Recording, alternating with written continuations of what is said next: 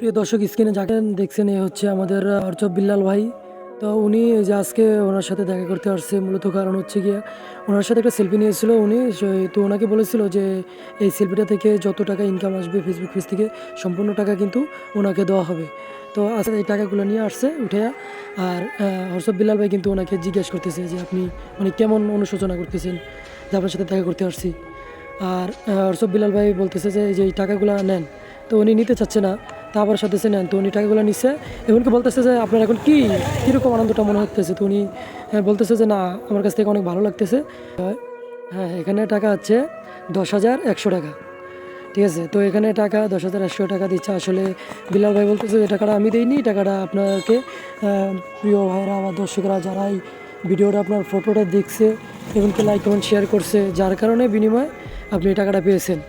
তো সব মিলে কথা হচ্ছে আরেক নামে মানবতার ফেরিওয়ালা আমাদের হর্ষব বিল্লাল ভাই। তো ভাইয়ের জন্য সবাই দোয়া করবেন। তো আমি দেখছি আমার জানা মতো অনেকে কিন্তু বিল্লাল ভাইয়ের কন্টেন্ট নিয়ে অনেকে ভিডিও বানায়। ঠিক আছে, তো কিন্তু আমি কিন্তু আমার ভয়েস ওরকম ভালো না, তো এই কারণে হয়তো আমি ওরকম কন্টেন্ট ভিডিও বানাই না। তো সবচাইতে বেটার আমার এই ভিডিওগুলো সবচাইতে ভালো লাগছে।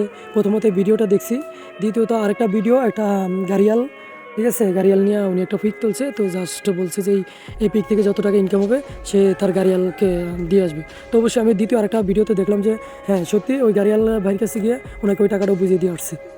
তো বেঁচে থাকুক আমাদের মাঝে আমাদের হর্ষব বিল্লাল ভাই, সবাই তার জন্য দোয়া করবেন এবং সবসময় সে যেন গরিব দুঃখী সবার সাথে মিলেমিশে থাকতে পারে, এভাবে উপকার করে যেতে পারে। ধন্যবাদ সবাইকে। আসসালামু আলাইকুম, ভালো থাকবেন। আর যদি ভিডিওটা ভালো লাগে লাইক কমেন্ট শেয়ার করে যাবেন। ধন্যবাদ।